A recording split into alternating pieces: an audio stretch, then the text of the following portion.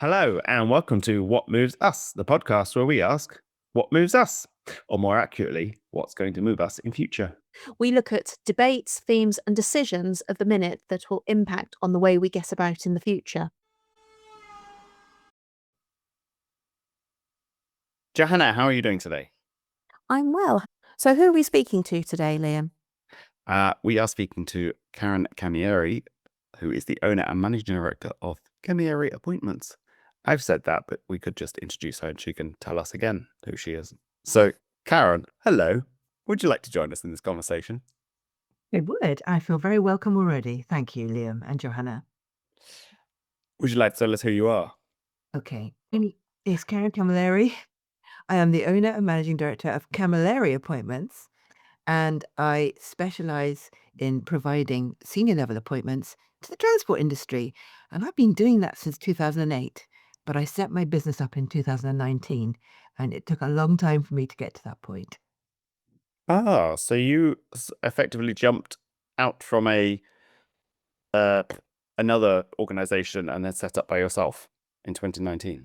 Yes, I'd probably had about 3 notable recruitment roles before leading up into that, and it was quite a brave move at the time.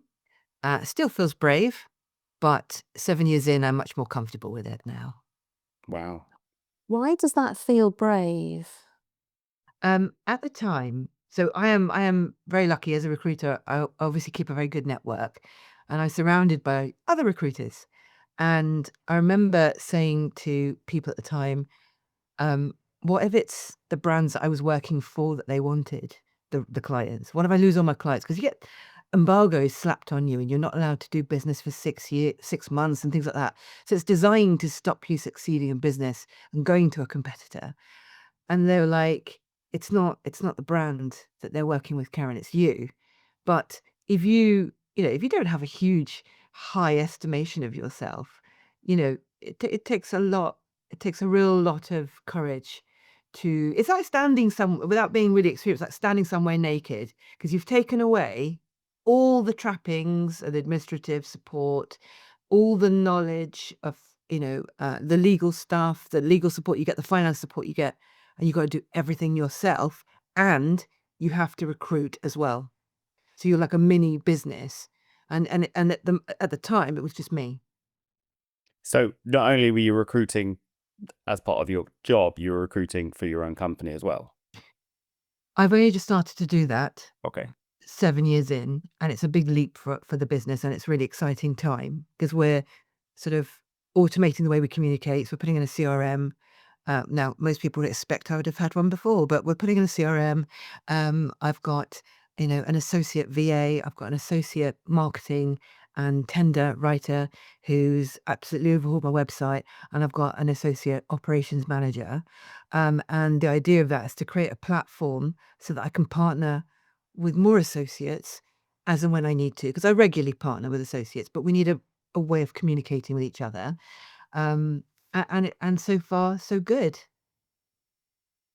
Okay. So you mentioned about the pool of recruiters out there and then you went independent. What is your sales pitch? Why would someone use yourself for recruitment? And that is a great question. I feel like I'm now pitching for work, Leo. Um, so, um, uh, okay, why would they work with us? So they would work with us or with myself, because um, a lot of people actually don't have as much time to recruit as they think they're going to need. So people think recruitment is just a simple, let's go out there, let's go find someone and let's get it done.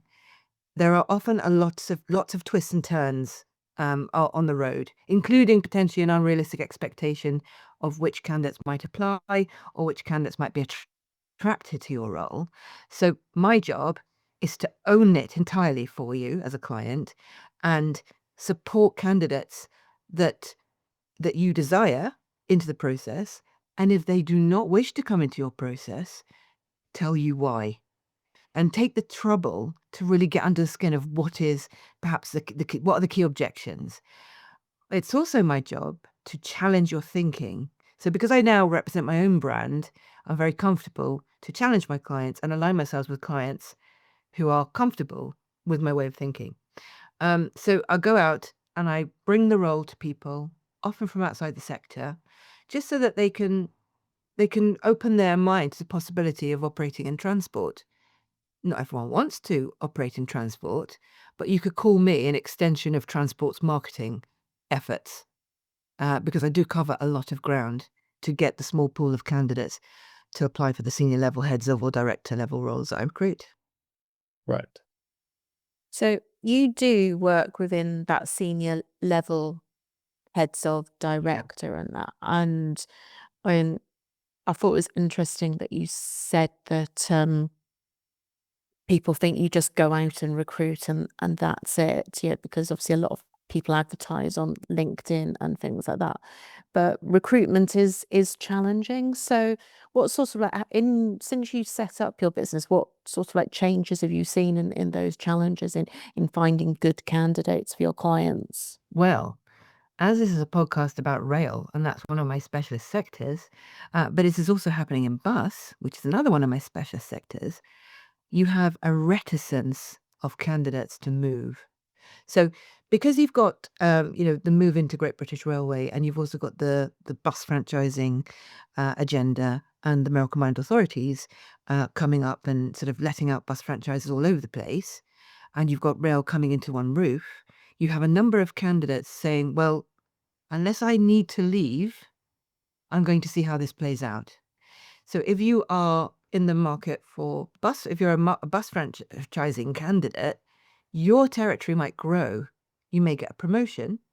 You may get a severance package. So, and you may learn something new by remaining within the existing structures that are evolving.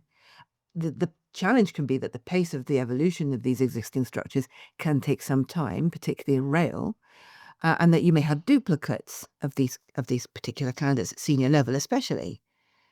But people are not going to rock the boat unless they have to. So a recent search I did was rerun number 3 for that client. And the typical characters in rail that I was, keen to approach, although they were also open for outer sector candidates, all said, no thanks. Wow. And that's really hard. But what I love the most about my job is when the client hires somebody they didn't expect to hire. Because it's a journey. So, oh, that's a good pun, isn't it? It's a journey because you're going from this is like a thesis. Here's the thesis that, the title, disprove, prove, whatever you want to do with that.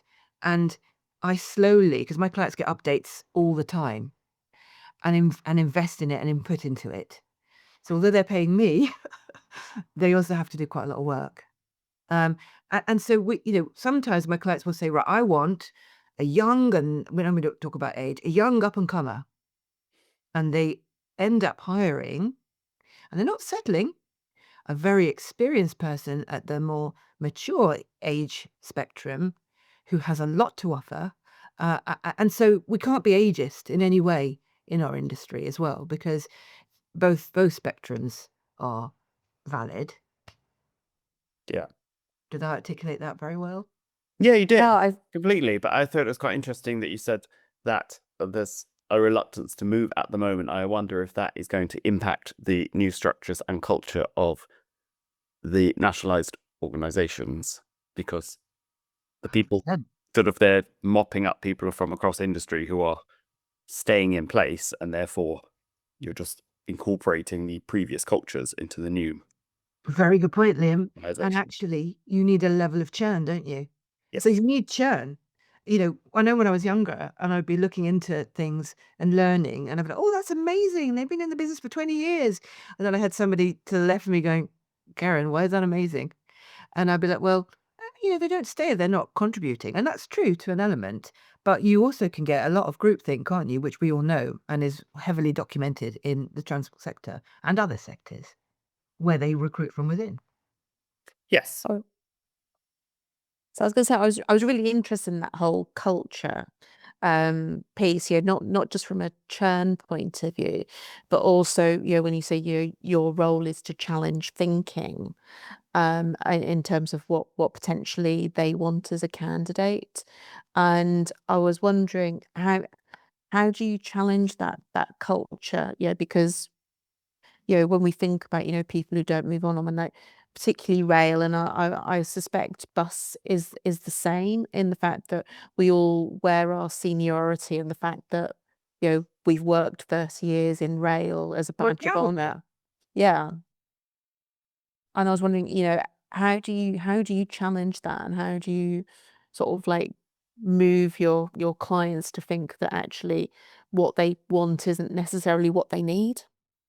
So one of the things at the forefront of my mind, because I'm very immersed in it, is women in transport and the work that I do for women in transport, the mentoring, the sponsorship, the speaking at the lead program, which is designed to help the next generation of senior female managers to take the step to, in their career, to progress their careers. And, you know, the thing that I regularly have conversations with my clients about is let's have a look at that job spec. Let's have a look at what you're articulating that you need in terms of the technical skills.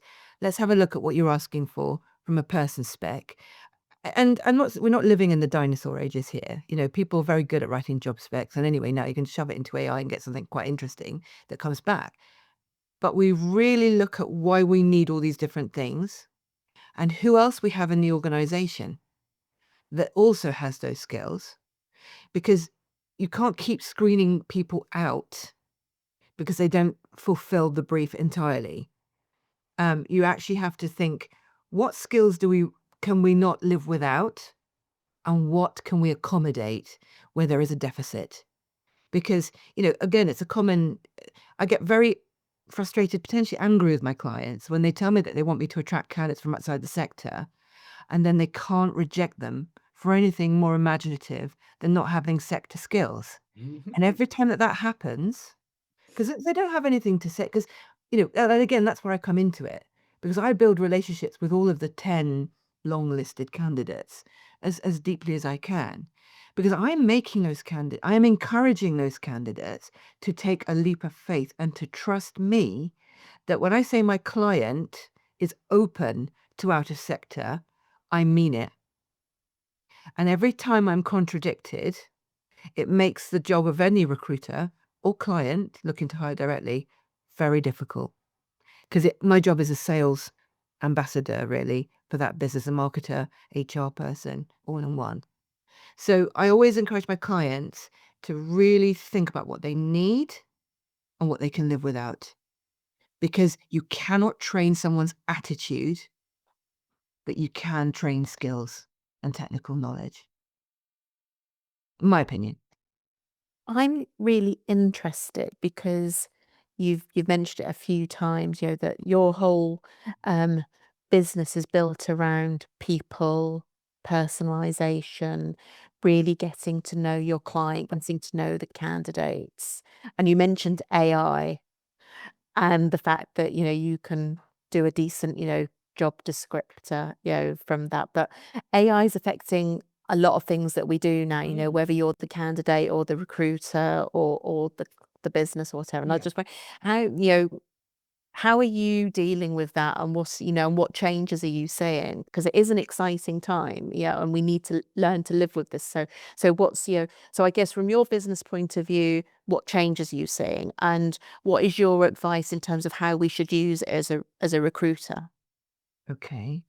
So, as a recruiter, I mean, it can cut corners, as in it can really cut down time on how you would communicate with your candidates, how you would articulate job specifications, um, how you would outreach to candidates. We wanted to outreach to multiple candidates in one go. But remember, I am still, working towards automating a number of things in my business personally. But my clients are using AI a lot more than me.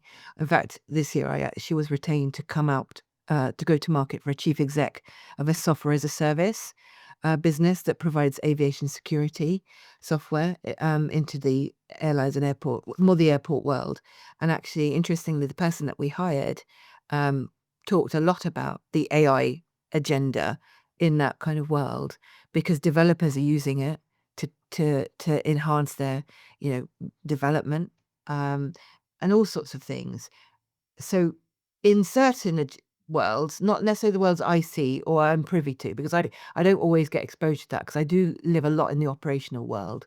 But in certain areas, I think there is perhaps a need to acknowledge it more, or a need to acknowledge the impact of it more on the people that work in your business, and trying to use it as an enabler rather than anything else.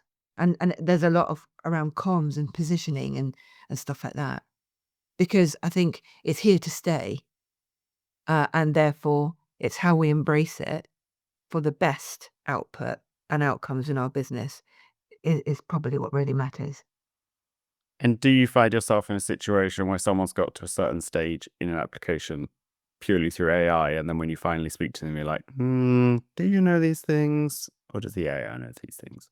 I think because I don't really work at, I kind of, my work is about headhunting generally. Okay, so I go and handpick people. They're not always the ones looking. Sometimes they are, but generally I'm picking them to be in the process.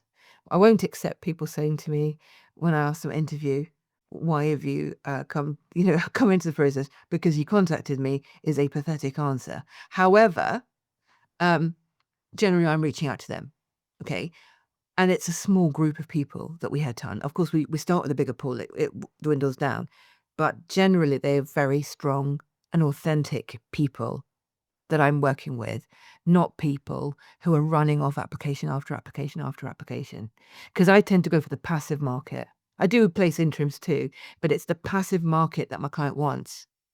The people who are doing very well in their jobs and hadn't even considered applying themselves into a different job at this time in their lives. So can I ask 2 trade secret questions? We can give it a go, because I haven't got any trade secrets. No, you mentioned inside the sector, outside the sector. Could you just, for the benefit of our listeners, enunciate what inside versus outside means? Where do you draw the boundary? My boundaries are very fluid because, think about it, transport is vast. So, the transport can be rail, bus, airlines, airports, ports, harbours, ferries, need I say. So that is a significant move in itself. If you're going to move somebody from a ports space into, say, a bus space or whatever it happens to be. So these are really valid moves and should be being made more of in the industry. Almost like a sabbatical kind of setup where people are, like a graduate program, given the opportunity to work in different departments. It could be the same in terms of modes of transport. I think they're interchangeable. I do understand that length of tenure can really create brilliance in the industry. That's not what I'm saying. But I think if you combine long-serving people and new people from in the sector, you can get a real explosion of ideas. But then outside of the sector, it could be, somebody coming in to look at their technology who's worked in, more sort of up and coming technology brands, because transport may not be known so much for its technological innovations. It's that kind of thing. So, I mean, when I recruited a couple of ideas spring to mind, like the chief exec of this software as a service. When I tapped him up, he'd just exited a business that he'd taken from 1 million to 13 million as a founder of an education software business. And when I tapped him up and said aviation, he was kind of like, but I don't know anything about aviation. And I was kind of like, well, no, but you are a software as a service expert, and that's what we want. And you know how to scale businesses, and you know how to embark into new US markets. And he was kind of like, yes, I do. So recently, I've just placed a female ops director in a leading bus business in one of their southern operations. And she's actually come from the sort of cargo and aviation ground handling space, and is traditionally a change and transformation person, is now going to run her first operation. So what she has, they may not have as much of, and what they have, she needs to learn from. And so together, they will make a really powerful outfit in a small exec team. And the hiring manager really wanted what she can bring into his team, if that makes sense. Yeah. And really, with these exec search exercises, people have a lot of time to reflect because there are many touch points. So they tend to go into it wholeheartedly. I'm very bought in by the time the offer comes. I think I've that's really kind of gone off on a bit of a tangent there, but you know what I'm saying about what is a sector? It's skill. That's what I'm about. Skills-based recruitment. that was exactly the point that I was just about to make. 'Cause I Yeah. know that recently we'd done an event together, Yeah. for women in rail, and that was exactly the point that we were making, is that, you know, you can learn the technical skills at college or university or whatever, but all the other skills, the soft, you know, the less technical skills about transformation, change management, project management, they're all the things that you can take from sector to sector, and you can learn a business, can't Do you? you know what, Joanna? You can have all the innovation AI tools under the sun, but the best way to innovate in your organization, aside from technology, is through your people and through their, making sure you have as rich a base of ideas as possible in your organization. So do you have, again, I'm not asking you the specifics necessarily, but are you attuned, and is one of your skills to scan across and see people who might be open to being headhunted? Like, are there tells for these people? There aren't some of the obvious signals are the prolific use of social media, for example, could be a sign. But generally speaking, some of them don't know they want to be headhunted, Liam. So, but I think the thing is, as I've been doing this for such a long time now, again, proud to be a recruiter for many, many years, people bring them to me. So my network is always thinking about Camilleri appointments, which is really lovely. And I would never give credit to where I've got to. I couldn't give credit to all the people that have helped me get there. I just wouldn't be able to. And as a recruiter, a decent recruiter knows that there are lots of elements of luck involved. So sometimes it just all happens really fortuitously. What a great word. So you could, one day I may have an idea that a client might be looking for a particular skill set.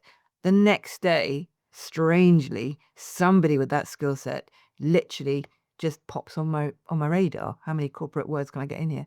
And it just happens naturally, though, because if you're out there, you have to be quite out there to be a recruiter. And I wouldn't say I am the most out there of recruiters, but I've learnt to be more vocal as my confidence has grown. And it's nice actually to have gone on that journey myself, because then I can support my people that I mentor and help with the lead program at Women in Transport and all sorts of things. So what was what was the question? It was how do you know if someone's open to being headhunted? Yeah, Have you ever been headhunted? regularly, Oof. but not anymore. I think they've got the message now, because I don't see anything that can get better than what I'm doing and with the people I'm doing it with. I I think couldn't give it up. I just couldn't give this up.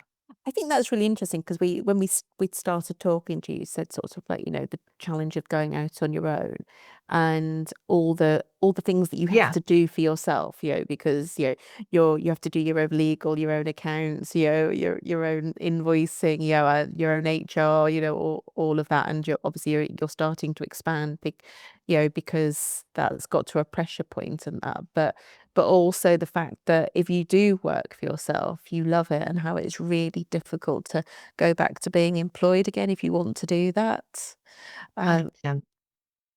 and I was when because I know that as part of your business you do interims as well, Yeah. and I was just wondering about how you see different personalities, and how sort of like, because day rates are under challenge for interims, Yeah. I think, but a lot of clients don't see that it's not just about the day rate, because if you're an interim you've got all your own hidden costs and stuff like that, and I was wondering how that is understood, or is it not understood at all? My job is to educate as well. So, I think sometimes it can be quite difficult for clients to comprehend where the day rate's going, especially when you get the inside or outside of our 35 debate around a job. Um, But do you know what? I think nothing's expensive. It's only expensive if you don't need it. And I think when you start to talk about interims in value added terms, look at the value that this person can bring to your organization. And I've been, I've had the benefit of being educated by so many different people. I remember a guy in procurement saying to me, Karen, if they paid me a percentage of what I saved them, I'd be a millionaire. Mhm. And I think that's the point. Value add. And now there's all this, fractional resource as well. Yeah. You don't have to have somebody full time. You can just sometimes I shouldn't, I'll probably get shocked saying this. The more you charge, the more people might actually value you because they will use you frugally for impact rather than take you for granted. Yeah, and I love working in that way myself. I mean, it depends, Because you what focus, you don't do. you? Yeah, Yeah. so you focus and that. But then the interim also adds value, Joanna, by developing and mentoring and supporting others, and sometimes bringing on someone who is a weak successor who would be very strong by the time you've left. That's really beautiful. So you've talked a lot about mentoring and what you've Yeah. learned from other people. So in terms of, I know we usually ask specifically about rail, but you work across the whole transport sector. Out of all the transport sectors that you've worked at, what surprised you the most? Which part has surprised you the most? To be honest, like, I mean, I sound really, every day is full of surprises here. Mhm. Nothing's really surprised me the most. Or what? Okay, no. What surprises me the most? What I would change the most is a reticence to do things differently. Or um, I think as the stakes get higher and higher in certain settings, um, people panic more or struggle to take what is a day-to-day, quite an easy risk on a hire from a recruitment perspective, or decisions around transformation change, and then they start to really draw back, and it's a very short-term saving Yeah. and tends to have really negative repercussions. Yeah. Well, I was going to ask a sort of similar question, which was that you've been doing this so long now. So long. That's so long. Given that our podcast is called What Moves Us, have you seen any real world impacts from hires that you've made? Like the change in organizational structure or change in organizational culture or approach or skill that they've brought in, and then you've been able to see down the line how that's impacted service delivery? Gosh. I mean, I'd like to think that if I look at, say, the commercial director of Southeastern Trains that I placed, who was there for 7 years, who came from Yell.com and P&O Ferries, for example, or Carnival, sorry. Exactly what she changed, I couldn't articulate in this particular meeting, but she brought a lot around the digital sort of footprint in that business, around customer. What the concept of customer is off the top of my head, but there are many examples I could give you. I think, I think it's interesting that you brought the customer to the forefront, because one of the things that with the formulation of Great British Railway and possibly with sort of like changing tone of government, and that is there's a lot about sort of like, whether you want to say putting the passenger first, putting the customer first, and that one. Like, are you seeing that come across in recruitment, that that's what your clients are looking for, or are they still focusing in on the technical skills? Yeah, or are you seeing that cultural change? It's a real mixture, but it is definitely, there's a huge, but it's not obvious that it's about putting the passenger first all the time. So, for example, if you look at the head of customer experience that I recruited in a leading ferry business, for example, that person came from the technology world as a head of customer experience, but that knowledge of technology and how to use technology to enhance the experience of the customer is what she was hired to do. to bring. So for us, perhaps putting the needs of the passenger or the customer first might have different, imagery, but there's lots of things that can be done that aren't clearly seen that can really put the needs of the customer first, aren't there? In a similar vein, then, since again, sorry, you've been doing this a very long time. Are there any? Shall I just retire? I almost feels like Now, Ian, what's my job? That's fine. You no, can no. I was just I'm trying to ask for change. but I was going to say that of course Karen is only 21. Yeah. I know. And she started at school. But no, my question was: we're currently talking about the customer and Yeah. digital transformation and things. In your time, have there been any buzzwords or themes that have just quietly disappeared that people were looking for in the past? Gosh, I'm feeling a bit rusty now. There must be loads of them.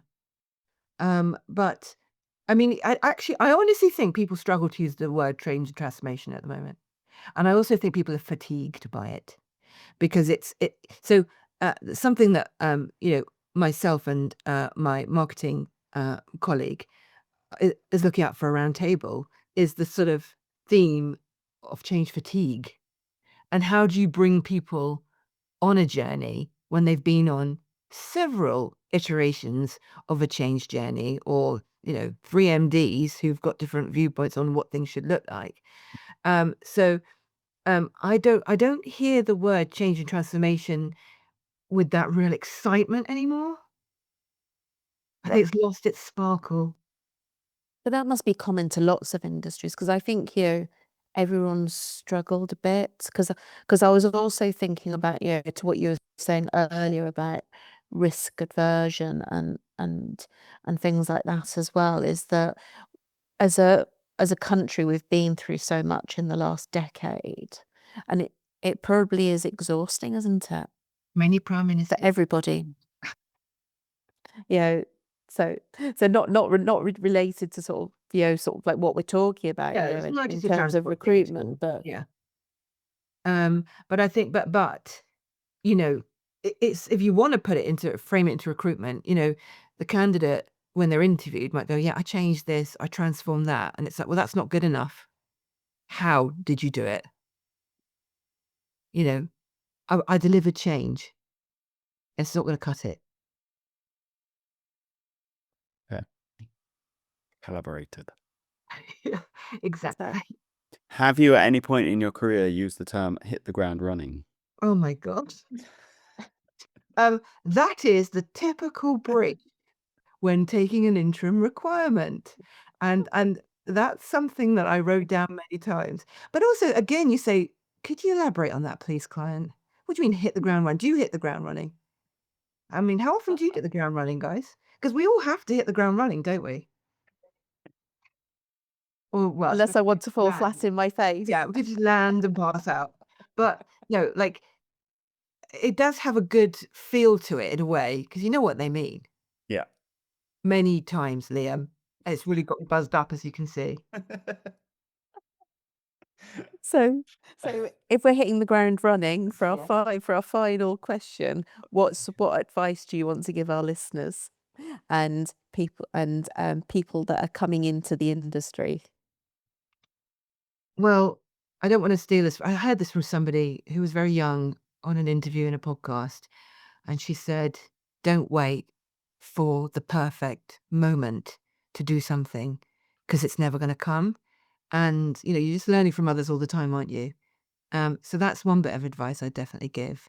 And I really believe that and I really mean this because I've been there and I've lived them, that the really difficult experiences are the ones that teach you the most. So don't be afraid to try something, because if it doesn't work out in the way that you'd like it to work out, then I guarantee you'll have learned something along the way that you can share with others or take for yourself, or both.